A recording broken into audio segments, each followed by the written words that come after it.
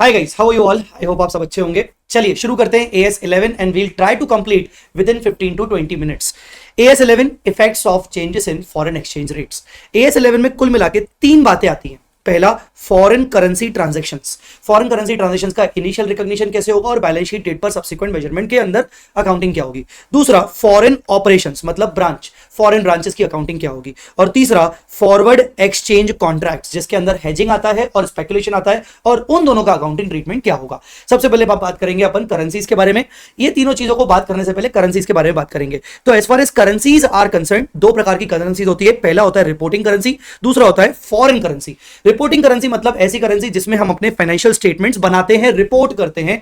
Financial statements बनाते हैं, report करते हैं मतलब assets, liabilities, incomes, expenses, equity, capital, हम किस करेंसी में दिखाएंगे उस करेंसी को बोलते हैं रिपोर्टिंग करेंसी। फॉर एग्जांपल, हमारी रिपोर्टिंग करेंसी रुपी है, पर जरूरी नहीं कि हमेशा रिपोर्टिंग करेंसी रुपी ही हो। क्वेश्चन को आपको ध्यान से पढ़ना है। फॉरेन करेंसी मतलब ऐसी कोई भी currency which is other than reporting currency, जो रिपोर्टिंग करेंसी के अलावा है। मतलब फॉरेन करेंसी जो होगी वो मल्टीपल करेंसीज, डॉलर भी हो सकती है, पाउंड भी हो सकती है, कुछ भी हो सकता है। तो एग्जांपल के तौर पर डॉलर, पाउंड, यूरो वगैरह, ये हो गया करेंसीज। अब आगे बढ़ते हैं। आगे बढ़ने से पहले कुछ डेफिनेशंस और देख लेते हैं। एक होते हैं मॉनिटरी आइटम्स, दूसरे होते हैं non monetary items. Monetary items मतलब वो असेट्स लायबिलिटीज जिनकी वैल्यू क्या होती है, जिनकी वैल्यू फिक्स्ड होती है। और नॉन मॉनिटरी मतलब जिसकी वैल्यू फिक्स नहीं होती है, जिसकी वैल्यू फिक्स नहीं होती है। तो जैसे डेटर से मुझे 50,000 लेने हैं 2 महीने बाद, तो इन 2 महीनों में डेटर की कोई वैल्यू ऊपर नीचे नहीं होगी, डेटर की कोई मार्केट वैल्यू बढ़ेगी गिरेगी नहीं। तो debtors, bills receivables, advances, prepaid expense, creditors, bills payables, loans taken, outstanding expense, ये सारे के सारे मॉनिटरी आइटम्स होते हैं क्योंकि इन सबकी वैल्यू फिक्स होती है। नॉन मॉनिटरी आइटम जिनकी वैल्यू फ्लक्चुएट करती रहती है, जैसे इन्वेस्टमेंट्स, जैसे building, land, inventory, machine, furniture, share capital, because share की मार्केट में वैल्यू चेंज होती रहती है, इन सबको बोलते हैं नॉन मॉनिटरी। मॉनिटरी हो चाहे नॉन मॉनिटरी हो, सिर्फ हम असेट्स एंड लायबिलिटीज की बात करते हैं, क्योंकि इनकम एक्सपेंस को हम कभी भी नॉन मॉनिटरी में नहीं आंकते। इनकम कभी भी, इनकम्स और एक्सपेंसेस कभी भी मॉनिटरी नॉन मॉनिटरी कैटेगरी में नहीं आती। ठीक है, ये हो गया आपका मॉनिटरी नॉन मॉनिटरी। अब अपन शुरू कर रहे हैं। सबसे पहला impact, foreign currency transaction.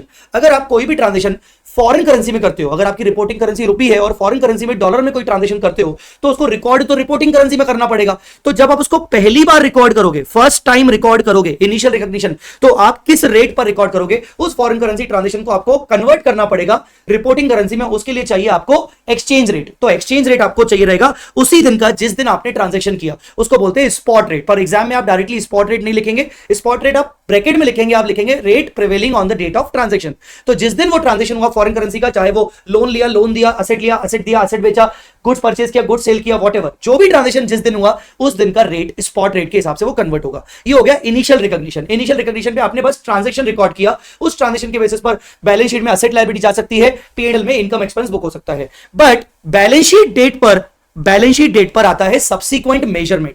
Balance sheet date पर सब्सिक्वेंट मेजरमेंट आता है असेट लायबिलिटीज का। तो यहां पर सब्सिक्वेंट मेजरमेंट करते वक्त आपको क्या ध्यान रखना है? सब्सिक्वेंट मेजरमेंट करते वक्त आपको बैलेंस शीट डेट पर आपको सब्सिक्वेंट मेजरमेंट करते वक्त असेट लायबिलिटी आपके ध्यान में आएंगी। असेट लायबिलिटी दो प्रकार की होती है। एक होती है मॉनिटरी, जो मैंने अभी बताई, जिनकी वैल्यू फिक्स है, और एक होती है नॉन मॉनिटरी। ठीक है ना, एक होती है मॉनिटरी, एक होती है नॉन मॉनिटरी। ठीक है, अगर वो मॉनिटरी असेट्स लायबिलिटी है तो आपको सर्च करना है FCMI। FCMI मतलब फॉरेन करेंसी मॉनिटरी आइटम।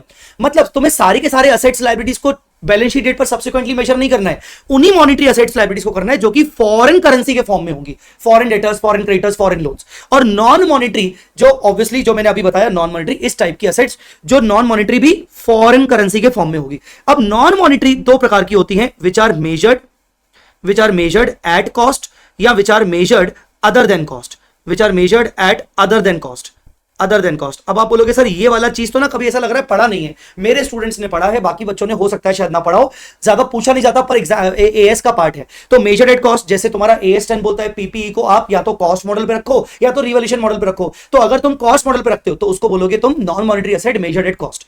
दूसरा, non monetary asset measured at other than cost. PPE को तुम रिवॉल्यूशन मॉडल पे रखते हो तो वो अदर देन कॉस्ट हो जाती है। जैसे इन्वेस्टमेंट, करंट इन्वेस्टमेंट्स को तुम कैरिंग अमाउंट या कॉस्ट और market value which ever is lower, तो अगर मार्केट वैल्यू पे रख रहे हो तो अदर देन कॉस्ट हो गई। इन्वेंट्री कॉस्ट और NRV which ever is lower, तो अगर कॉस्ट पे रख रहे हो तो मेजर्ड एट कॉस्ट हो गई, एनआरवी पे रख रहे हो तो अदर देन कॉस्ट हो गई। ये वाला इंपैक्ट आता है। तो यहां पर बैलेंस शीट डेट पर जब आप AS11 अप्लाई करोगे तो इसका आप कुछ नहीं करोगे। आपने इसको जब इनिशियली रिकॉग्नाइज किया था स्पॉट रेट पर तो उसी को छोड़ दोगे। पर जब बैलेंस शीट डेट पर अगर आपके पास फॉरेन करेंसी मॉनिटरी आइटम है या अगर आपके पास नॉन मॉनिटरी आइटम है which is measured at other than cost, तो इन दोनों को तुम क्लोजिंग एक्सचेंज रेट पर बुक करोगे, इन दोनों को तुम वापस से क्लोजिंग एक्सचेंज रेट पर रीवैल्यू करोगे। मतलब पहली बार जब तुमने फॉरेन करेंसी ट्रांजेक्शन रिकॉर्ड किया था तो स्पॉट रेट लिया था, पर अब बैलेंस शीट डेट पर, अगर ये बैलेंस शीट डेट पर अवेलेबल है तो तुम इनके ऊपर क्लोजिंग एक्सचेंज रेट लगाओगे। ठीक है, अब तुमने क्लोजिंग एक्सचेंज रेट लगा लिया तो क्या डिफरेंस आ जाएगा, एक्सचेंज डिफरेंस। एक्सचेंज डिफरेंस जो भी आएगा उसका जनरल रूल ये है कि एक्सचेंज डिफरेंस हमेशा कहां जाएगा, P&L में जाएगा। जनरल रूल ये है कि वो P&L में जाएगा।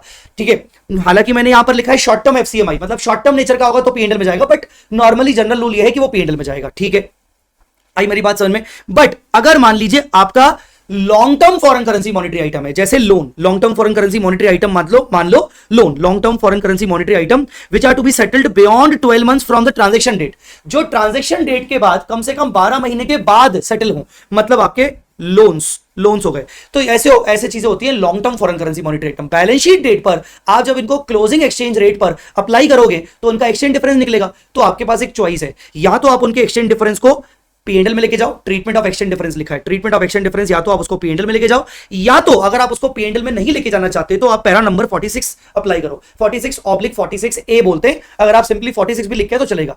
अगर आप पैरा 46 अप्लाई करते हो तो आप बाद में पीछे मुड़ के नहीं देखोगे, ये पैराग्राफ 46 पर आपको हमेशा के लिए अप्लाई करना पड़ेगा उस पर्टिकुलर आइटम के लिए, LTFCMI के लिए। पैरा 46 क्या बोलता है? पैरा 46 बोलता है कि जो आपका ये LTFCMI है, क्या ये LTFCMI किसी डेप्रिशिएबल असेट से रिलेटेड है?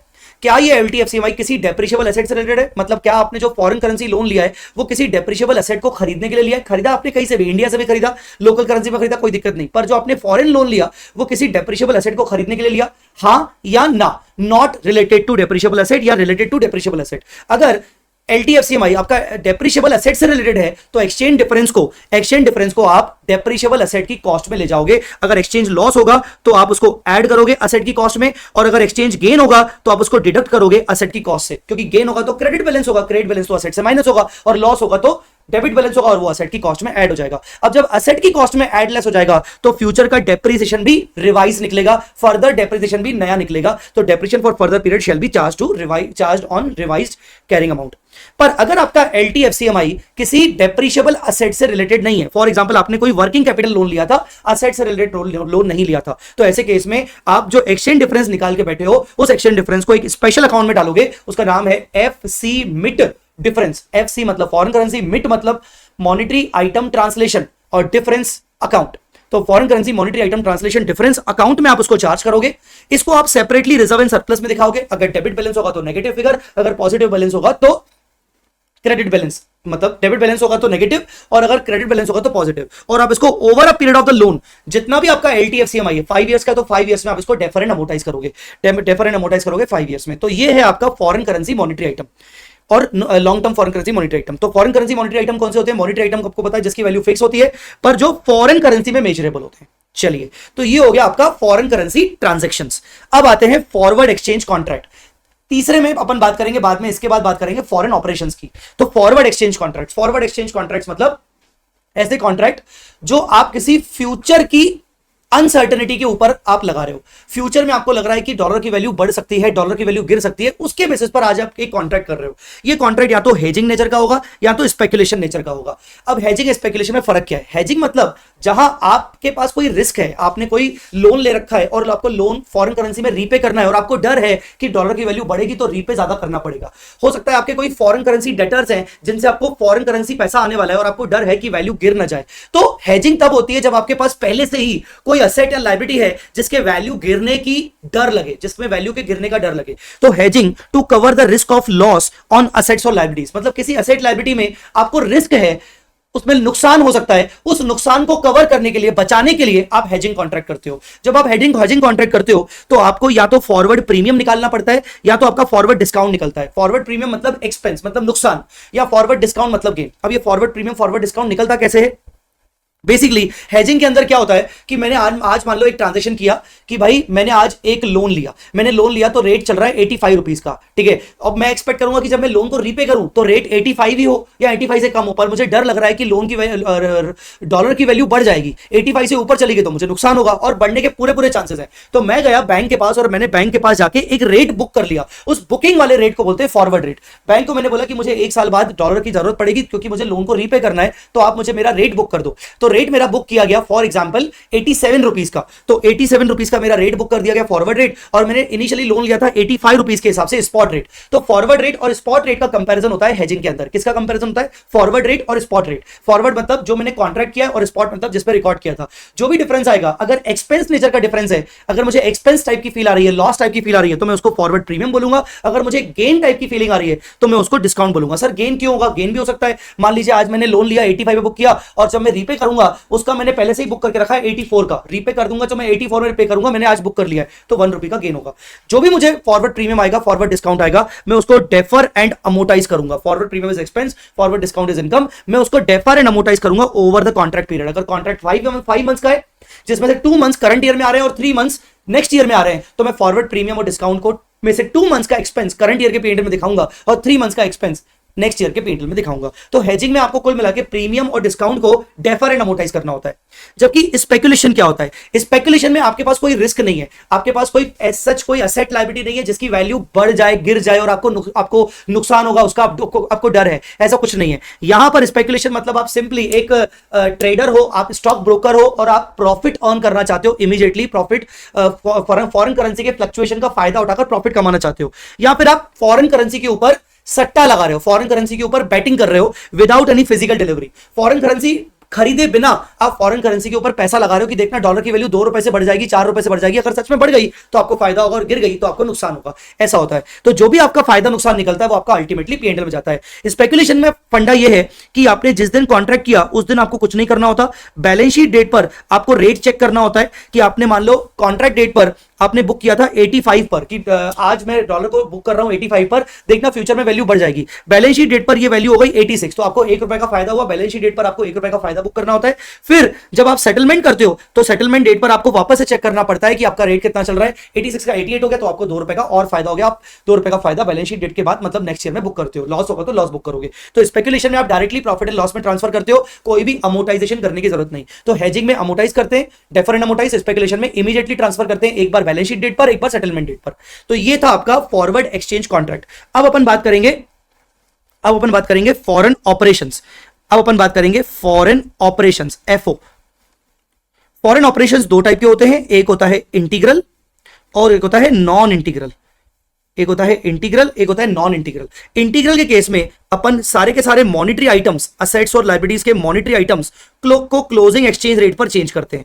और जो नॉन मॉनिटरी आइटम्स होते हैं, नॉन मॉनिटरी आइटम्स असेट्स और लायबिलिटीज के होते हैं, उनको अपन सेम स्पॉट रेट, जो उस दिन का स्पॉट रेट था जब आपने फर्स्ट टाइम कन्वर्ट किया था, उस दिन पर करते हैं। इसके अलावा रेवेन्यू आइटम्स जो होते हैं इनकम्स और एक्सपेंसेस के, उनको अपन एवरेज रेट पर चेंज करते हैं। एवरेज रेट पर फॉरेन करेंसी से रिपोर्टिंग करेंसी में हम एवरेज रेट पर लेके आते हैं, ठीक है ना। और ओपनिंग स्टॉक को ओपनिंग रेट पर लेते हैं, ठीक है। और इसके बाद जो भी डिफरेंस आता है, जो भी एक्सचेंज डिफरेंस आता है, वो एक्सचेंज डिफरेंस आपका जाता है P&L में। अच्छा, इसके अलावा जैसे head office account, goods received from head office account, इनको अपन एक्चुअल बैलेंस के हिसाब से, जो भी हेड ऑफिस की बुक्स में जो भी इनके बैलेंसेस होंगे उनके हिसाब से चेंज करते हैं। नॉन इंटीग्रल में अपन सारे असेट्स लायबिलिटीज, चाहे वो मॉनिटरी हो चाहे नॉन मॉनिटरी हो, सारे असेट्स एंड लायबिलिटीज को क्लोजिंग एक्सचेंज रेट पे चेंज करते हैं, क्लोजिंग एक्सचेंज रेट पर चेंज करते हैं। रेवेन्यू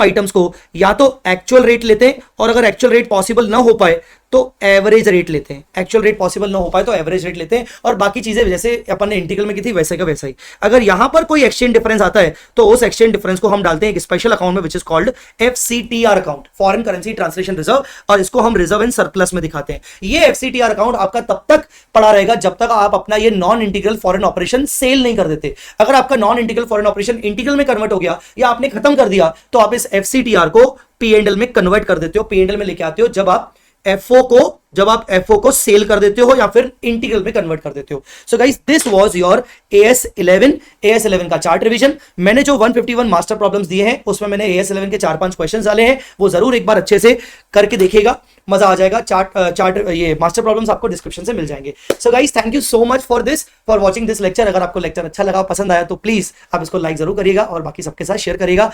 चैनल को सब्सक्राइब करना मत भूलना। All the best.